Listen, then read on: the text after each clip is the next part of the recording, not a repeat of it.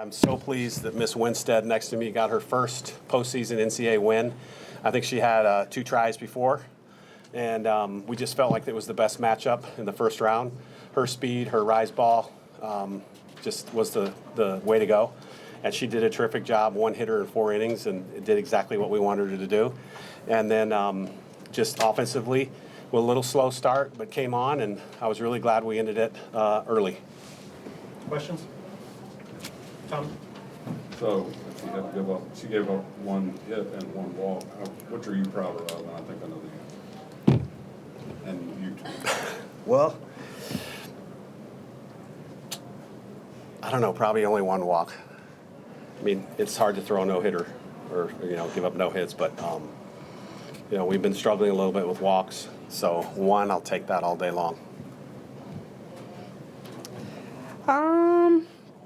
I would definitely say walk 2, even if it was to the 9-hole, and that's our biggest thing. You don't walk the 9-hole, but yeah, definitely 1 walk because sometimes it doesn't always go your way. So definitely that.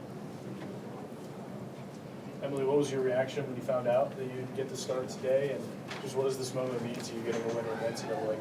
Oh, it definitely meant a lot. Like Murph told me earlier this week, I think I've known since like Tuesday or Wednesday that I was pitching this game today. So I had a lot of time to prepare myself, get my mind right, and trust my stuff. And it was really easy to do that with my teammates behind me. Katie? For any of the 3 of you, you kind of hit on it in your opening. Just how important was it to kind of get this win in 5 innings today? I don't know. I think, the first couple innings, maybe swung at a couple bad pitches. Lefty, she did a good job. She's only a freshman, so she's going to have a great career there, and I think she's going to get better and better. She's very composed, too. That was what was impressing me because, here she is in her first regional at the Rhodes House, and it might be a shock factor, but I could not tell one bit that she was nervous at all. And then, the Callie got the first RBI, and then I think we had 4 in a row, 3 hits and a walk, got on consecutively with 2 outs, and you could kind of see their breaking point a little bit. And it was a big to finish it, and whether it was a wild pitch, hit, walk, whatever, we'll take that any day in the NCAA tournament. Tony? Yes, kind of going off of that, how big was that hit from Callie, and was it kind of like was the seal kind of broken at that point? Did that give you the confidence you had to get the 4 runs there? Well, I think, that helped a lot. Started getting things going, but also I was a little upset that I didn't come through that first inning, and I really wanted to do my job that time, just get us ahead and keep it going. Anna? You guys will now play Virginia Tech tomorrow. They're the team in this tournament. You've obviously seen twice this year. I'm just curious what you remember from your past meetings with them this year and, what'll be key tomorrow.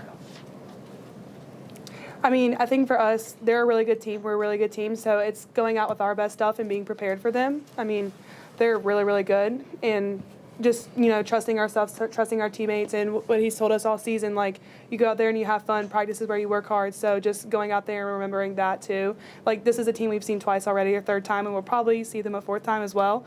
So just, knowing that, our stuff is good and trusting it. Joe? Coach, what did you think about the 2-out hitting in the 3rd inning? Awesome. We talk about passing the baton down and, don't make the 3rd out in an inning either. Right? Yes, sir. That's like the cardinal sin of Murphy's Law. Do not make, I know it's going to happen, but at least give us another opportunity. And, a lot of times this year, I look at the lineup card and it's like, man, if we had just one more kid reach, we would have scored maybe 1 or 2. Okay? And then there's another opportunity. And tonight they did that. So I loved it. Nick? In the back. Sorry. Oh, Katie? For Murph, Brooke had she had a hit in the 3rd inning, had the sac fly in the 5th. Just how good was it to see her kind of get going again after she's up? Yeah, I mean, awesome. And her best is usually against better pitching. So I'm hoping she continues it tomorrow because, it's a step up in pitching for sure with Virginia Tech. And, going back to Anna's question, it was February, but it seems like 3 years ago. And they're way different. We're way different. It's probably a completely different lineup. The whole thing is, it's just like we've seen them twice. And, the factor of, they've been here. It's not, they don't have the shock factor either. So it's going to be a great game. Tommy? Let's talk about breaking points. It looked like we might have saw yours when we got a runner on 3rd with no outs. Yes. You got to run on third with 2 outs. They really haven't done anything to come close to bringing them in. Yeah. What happened in that little conference there? Right Wait, before- was it Cali? I think that's right. Yeah. I probably can't say anything what I told her, but just get the run in. You know, we need this run. It was basically a 3-base error too, right? Larissa hit the back to the pitcher and she gets to third, and we need to take advantage of that. And very good to see that because you know, after the game, she got the big lineup card, and then Callie got the smaller lineup card as the MVP because she got the game-winning RBI. That's big. First RBI is huge. Sorry. You were able to save Brisky and Riley. Have you thought about kind of who you want to start against Virginia Tech? We're going to talk about it here in a little bit with everybody, but you know, it's the benefit of having a good pitching staff. And Ailey came in and did a good job too. You know, an inning with 2 strikeouts and nothing else. So I was happy for both pitchers and what they did tonight. And I think both Caitlin and Brisky are ready to go. Theodore? Coach, really, any way you slice it, this is one of the more dominant defensive performances of the season. How would you say the team's improved in that regard, you know, having gotten through that SEC ball? Well, you can ask a pitcher how much better the defense is. There was a time in the season where we had a come-to-Jesus meeting, and I didn't say eliminate all the freebies, eliminate half of them. Half the walks, half the errors. So I said, if we're having 2 errors a game, cut it to 1. If we're having 4 walks a game, cut it to 2.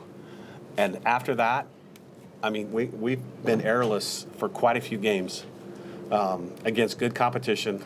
And, you know, the ball's going to be put in play. And we have consistently made the plays, and the pitchers have definitely cut down the walks. And you saw, you know, when that happened, we started winning. We just eliminated freebies. And then we can score. We just needed to get rid of the freebies that we were giving up. So defensively, it's a complete turnaround from a month ago, month and a half. And I know a lot of you have seen that, and you were probably wondering what the hell's going on, and hopefully now it's a lot better. Right, Katie? Were you wondering what that was? Yes, I was. But it was a lot of new people. You know, she's new.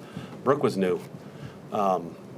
There's a lot of new people, and it's tough nowadays to, you know, get that team cohesiveness, especially on defense, because that's something that's, you know, there's 9 people out there, and you got to practice and get to know each other, and it's a difficult thing, but they've turned it around. Any other questions? Thank you very much. Thank you. Okay, thanks a lot. Thank you. Thanks, Scott.